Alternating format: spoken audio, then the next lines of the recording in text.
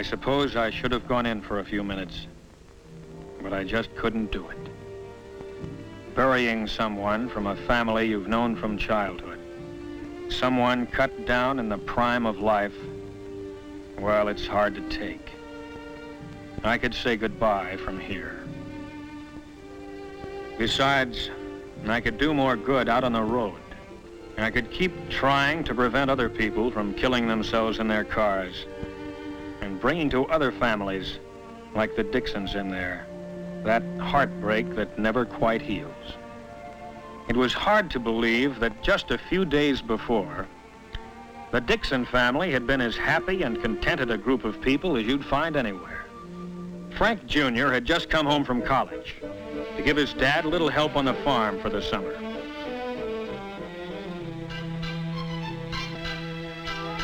He was a chip off the old block, studying scientific agriculture at school and getting ready to follow in his dad's footsteps. Frank's girl, Betty Hutchins, had been waiting for him, of course. Everyone knew they'd be getting married before too long. Mr. Dixon's new tractor had just arrived down at the Union Pacific freight station, and they all went down to inspect it. Frank's kid brother, Alan, had just taken his driving test a week before. Alan sure wanted to drive his dad's new tractor, but until he actually received the license, Dad Dixon wasn't letting him on the highway, not even on a tractor.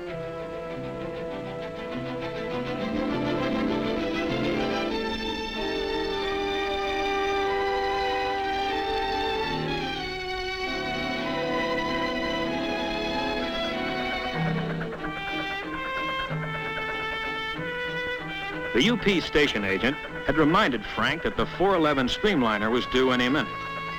And of course, with Betty there, he wasn't taking chances anyway.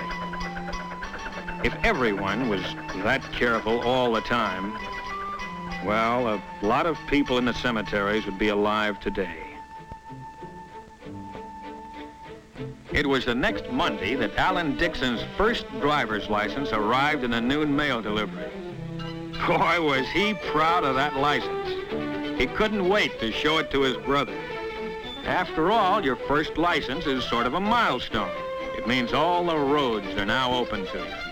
He was proud of the license, naturally, and just as naturally, wanted to make use of it on any errand that his dad or his mother or his grandfather could think of. The only trouble was, I had to choose that moment to drive in and spoil things. Of course, when you've known a family as long as I'd known the Dixons, they don't treat you as a cop, but as a friend. Well, thanks, Miss Dixon. Looks like you're going to have another Dixon to worry about, Hal. Alan got his driver's license. Oh, is that right? Well, let me see it, would you? You bet. Well, I guess that makes it official. When'd you get it? Just came today. Oh, just today, huh? Why'd I see you out driving on Highway 30 yesterday morning? This is my fault. I let him take the car to go and see his girl. I'm sorry I let him have it. I shouldn't have done it. But Alan shouldn't have asked for the car. No, he shouldn't have. Fine way to be starting your driving career. Violation already. I'm sorry. Well, it's only a technical violation. I didn't come here to arrest you, Alan. I knew you'd be getting that license any day now, and I thought this would be a good time to come by and tell you a few of the facts of life about driving before you get started. Now, these are accident reports from my headquarters. Each figure represents someone injured or killed in the state. On city streets, farm roads, highways, and railroad crossings. All the facts and figures are here. Well, some of them you've read about in the papers. Big, spectacular crashes caused by terrific speed, or drunk driving, or some other form of what I call near insanity. But most people only squeeze the law a little, at stop signs, in restricted speed zones and the like. Little violations that most people get away with time after time. Maybe getting a ticket or a warning like Frank Jr. did, but without getting hurt. But those little violations, those little chances you take day by day, that's where you start playing roulette with your life. You're taking a big gamble with your life when you violate a no passing line on the road. You're taking a big chance on the car in front when you follow too closely at highway speeds. Maybe a man will do these things 100 times in perfect safety. Squeeze the law and nothing happens. But don't forget that other law, the law of averages. Sooner or later, it catches up with you. Now, this accident was number 1 for the driver involved. First one he'd ever had. But it was his last one, too. He took one little chance too many. Frank is taking too many chances in his car. Oh, he'll be all right. Won't he, Al? He'll be all right if he takes to heart what I told him about signs. Signs of life. That's what stop signs and all the other road signs really are. And missing one of them as you drive along, or just ignoring it, well, that's one of those little things that kills people. Wherever there's a hazard on the road, there's usually a sign to tell you about it, like a curve warning, or a right-of-way sign, narrow bridge, signals ahead, do not enter, no passing, and many others. But for too many drivers, a stop sign like this, for example, has no importance unless they can see cars crossing the road ahead right now. A school crossing sign. For some drivers, seems to mean little or nothing, unless there are children actually crossing the street at that moment. As for railroad crossings, some drivers act as if the warning signs and tracks don't even exist, unless there's a streamliner passing by right in front of them. And even then, hard as it is to believe, there are many accidents where the driver ran past 3 warning signs and straight into the side of a moving train. It has happened in broad daylight, but it happens even more often at night. That's when the warning sign, the signal, the crossbuck are really your signs of life. Yes, the sign is still there, but you have to be twice as alert to see it. If you hadn't seen the signs, this train might come as a surprise to you.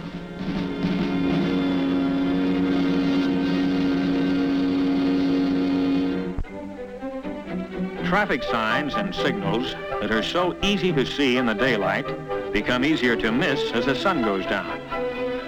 Twilight is a dangerous time of day when things are half visible, half in deepening shadow. Main Street at night becomes a maze of lights and neon signs, all competing with one another to catch your eye. But where's the traffic signal? Oh, there it is, almost lost against the other lights beyond. Even the blinking red light of the railroad wigwag is hard to pick out sometimes. But night or day, these are your signs of life, whose purpose is to keep you alive. It's a strange thing, but some people actually resent traffic signs and traffic laws. How come? Cramps their style. They figure rules are for the other fellow, not for good drivers like themselves. Here's one like that. Robert Bainbridge. Bainbridge? From Meridian High? Yeah. Oh, I know him. I ran against him on the track team.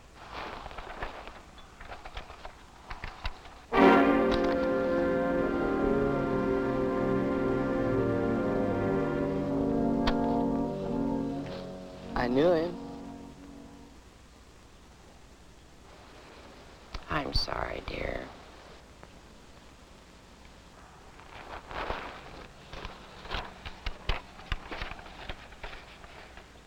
Robert Bainbridge, age 17. Occupation, student. Place of accident, Lone Tree Road near Meridian. Date, June 2nd. Time, 4:17. Weather clear and dry.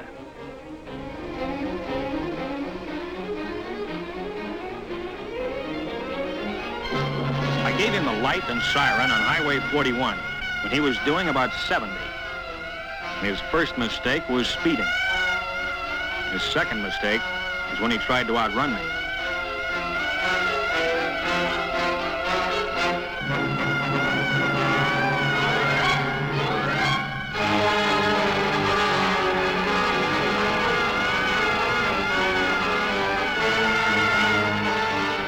Then he turned off into Lone Tree Road. That was his third mistake. I didn't chase him on that gravel road. I didn't want him to keep up that speed on such a treacherous footing. I just followed along without the flasher or siren, hoping he'd realize what he was doing before it was too late. I lost sight of him around a turn. He took it way too fast for gravel.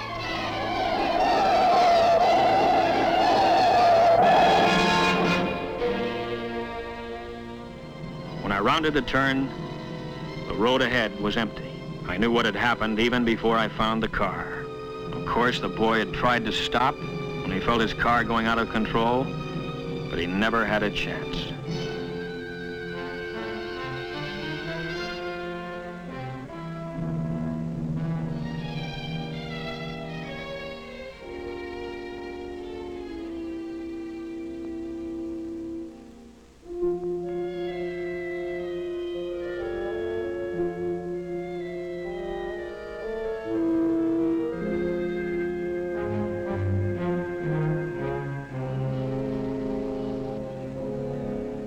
I can't understand it. Why did he do it?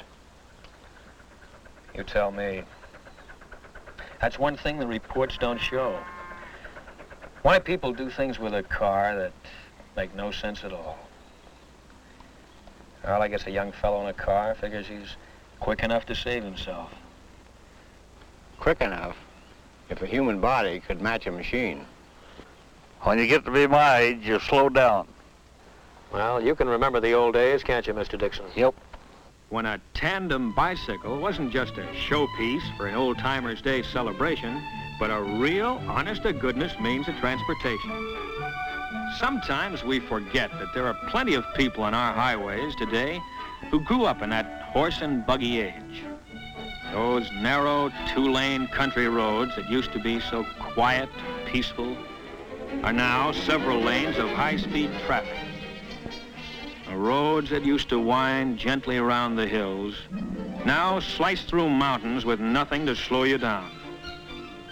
And many a rail crossing that stopped you in the old days is now a high-speed underpass or overpass. Everything in the world of transportation has improved. Everything except the drivers. We still have to use the same old equipment. Our eyes and ears and reflexes. They haven't improved a bit. No, they haven't. When I was a kid, I run 100 yards in 11 seconds. Yeah, he used to run me down in about 3 jumps. No, Gaff? 11 flat. That's faster than I ever run it in. Well, point is, Alan, you have to face a much greater danger on the road than your grandfather did, with no better equipment. No better personal equipment, that is. Oh, the highways and the cars are better and faster, of course, and that's where the danger is. Yes, danger.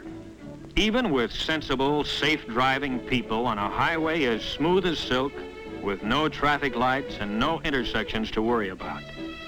You might wonder, where is the danger we keep talking about? Well, here's one danger: fatigue. On long trips, fatigue is a big hazard. You should stop at least once every hour. Get out, stretch your legs, get those cobwebs out of your head. Weariness slows down your reactions, and at 60 miles an hour or better, you can't afford it.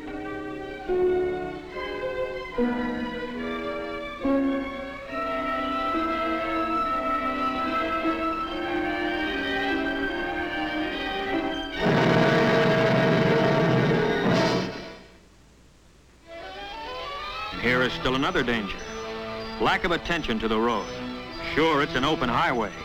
Maybe there aren't many cars, but it only takes 2 to tango. 40% of all expressway accidents involve a car that is already stopped. On the road, part way on, or not far enough off. This is an invitation to disaster.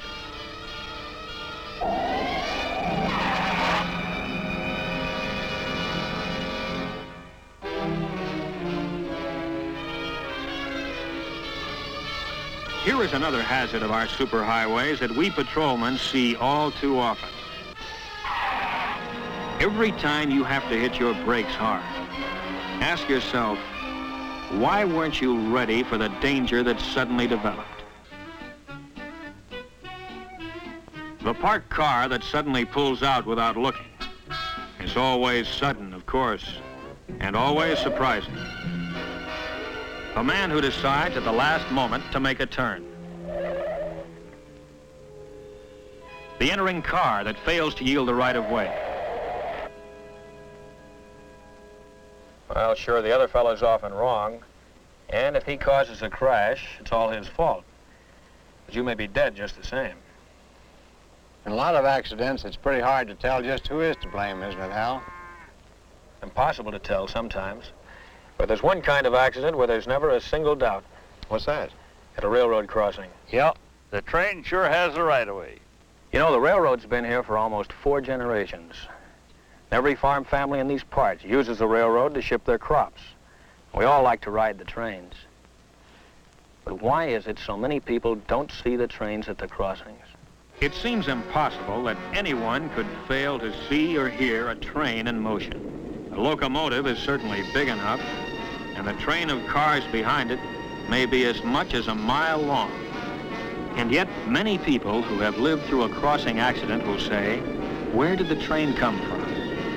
I never saw it until it was right on top of me. Where did it come from? Well, it came on the rails. It couldn't come from anywhere else. But if you paid no attention to the signs, didn't look, and didn't listen, then to you it came out of nowhere.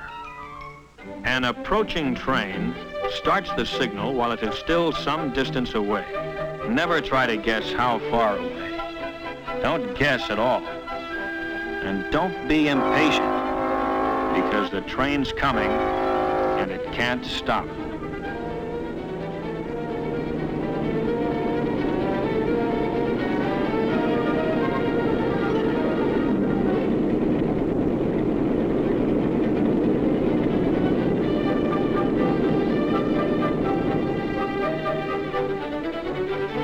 Any signal in action means that a condition of fatal danger exists at this moment, at this crossing. Maybe the last train you waited for was a slow freight and took several minutes to cross.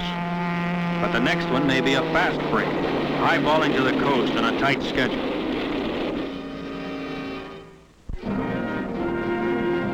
Remember that many freight trains today are faster than passenger trains of 15 years ago. Many crossings have more than one set of tracks, each one a separate hazard. When you cross, make sure all tracks are clear.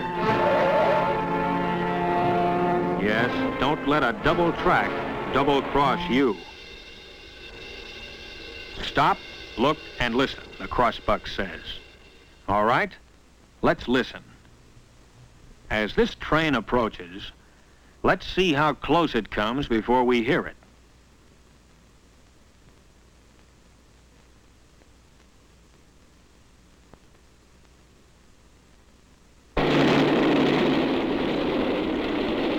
Now, where did that train come from? Where does any train come from? It comes on the rails, of course. And who gets killed at the crossing? Someone who's crossed that same track at the same place 1,000 times before. But just one time he didn't look. One time is all it takes.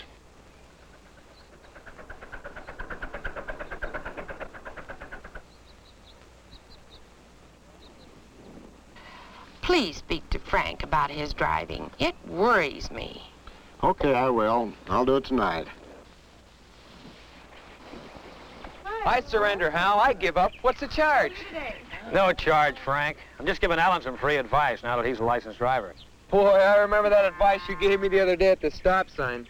Well, you keep it in mind. I will. Dad, can I take the car into town now? Okay, Alan, go ahead. But take it easy. Oh, I'll be real careful. Goodbye. He'll be all right. Look at the guy go. Hey, maybe we better go along with him, make sure he gets there all right. Okay, buy me soda. Okay, fine. Goodbye, everybody. Bye.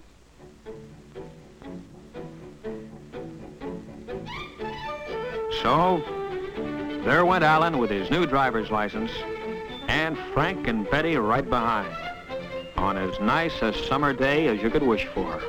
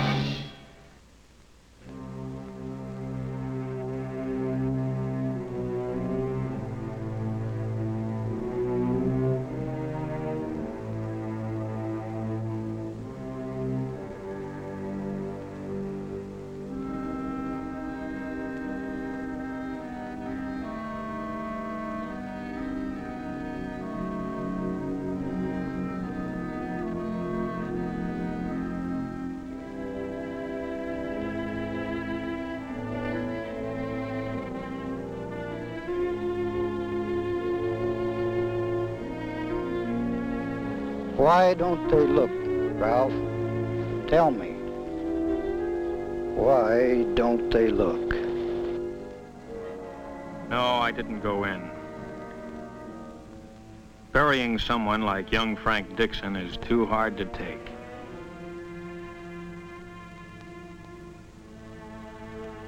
My place was out on the road. Out on the road, I could at least try to keep other people from killing themselves in their cars. So if the next car I stop happens to be yours, don't tell me you were only speeding a little, only breaking the law a little, only doing something a little bit wrong. Save that for somebody else, brother, because I see too many little follies that end up with someone a little bit dead.